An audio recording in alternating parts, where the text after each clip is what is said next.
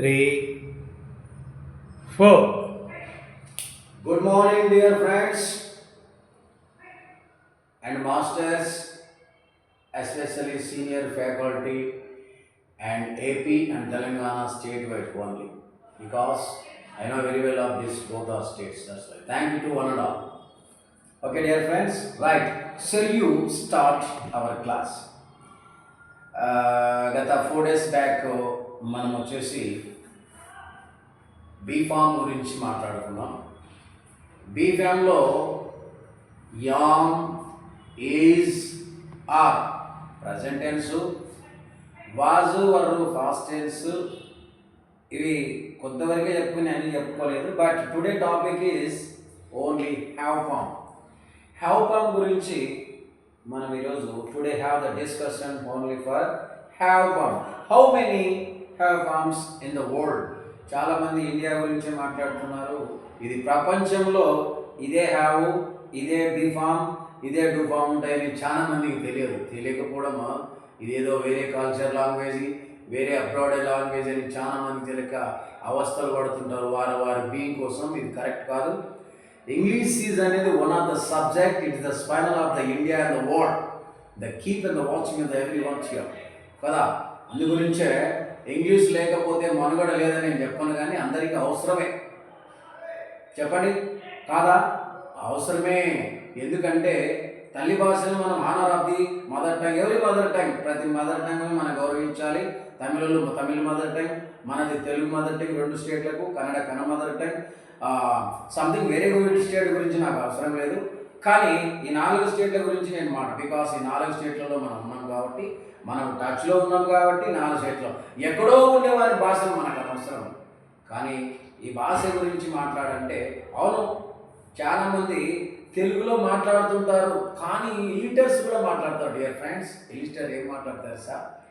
ఆ షర్ట్ తీసుకురా. షర్ట్ ఏ భాష అండి? English. Yes, thinking yourself dear friends. చాలామంది మిల్స్ తిన్నావా అంటారు. మిల్స్ ఏ భాష అండి? ఇంగ్లీష్. సరే, కల్టివేషన్ అనేది ఏ భాష అండి? రైట్, కల్టివేషన్ అనేది ట్రైన్ అండి. సారీ, ఇది వ్యవసాయము. మరి ట్రైన్ అనేది ఏంటండి? ట్రైన్ అనేది ఇంగ్లీష్ లాంగ్వేజ్, కానీ దీని ఏమంటారు చాలా మందికి తెలియదు. Doesn't know many people. కానీ ధూమశకటం అంటారు సార్. కాబట్టి ఇలా చెప్పుకుంటూ పోతే ఇంగ్లీష్ అనేది ప్రతిరోజు ప్రతి వ్యక్తి వాడుటలో 10% వాడుతున్నారు. ఇది ఛాలెంజ్. కీప్ ఇన్ మైండ్, గుర్తించాలి. తమరు ఏదో మన అవసరాల కోసం వేరే వాళ్ళని ఎత్తేయడం అది కరెక్ట్ కాదు. చాలామంది many people have that word, have enjoyed of the many national positions అనుభవించారు. నేషనల్ పొజిషన్స్ అనుభవించి వారు ఇంగ్లీష్ని ఎత్తేయడం నేర్చుకున్నారు. ఎందుకు? వారు ముసలోళ్ళు అయిపోయారు, వారికి భాషతో అవసరం లే, పబ్బం గడుపుకున్నారు. ఇది కరెక్ట్ కాదు. అందుకే త్వరలో వస్తున్నాం. ఇంగ్లీష్ని ఎవరైనా తప్పుగా మాట్లాడినా, ఇంగ్లీష్ గురించి ఎవరైనా డిక్లేర్ చేసినా అది రాంగ్. మేము జాగ్రత్తగా ఉంటున్నాం, మీరు జాగ్రత్తగా మాట్లాడాలి. డిగ్రేడ్గా మాట్లాడకూడదు. చాలామంది జీవితాలను బతికిస్తుంది ఈ లాంగ్వేజ్. ఏం మాట్లాడుతున్నారు మీరు? లాంగ్వేజ్ ఇది భాష కాదండి. మనకు థర్డ్ లాంగ్వేజ్ ఇండియాలో. When I was studying the 10th class, when I was studying the inter, when I was studying the Bibles, BFA, when I was MA చదివేటప్పుడు మనకు థర్డ్ లాంగ్వేజ్ ఇంగ్లీష్ అని ఉంది. కానీ ఎందుకు అవాయిడ్ చేస్తున్నారు చాలా మంది? బీ హ్యావ్ ద వర్డ్స్, ప్యార్షియల్గా మాట్లాడకూడదు. Right, thank you. పాయింట్కి వస్తున్నా. ఈరోజు హ్యావ్ ఫామ్ గురించి మాట్లాడాలి. హ్యావ్ అంటే కలిగి. What is the call? ఏమైనా కలిగి ఉంటుంది. Have form, had form, having. చాలామంది హ్యావింగ్ కూడా యూజ్ చేస్తారు. హ్యావింగ్ అనేది నెక్స్ట్ క్లాస్లో చెప్తాం.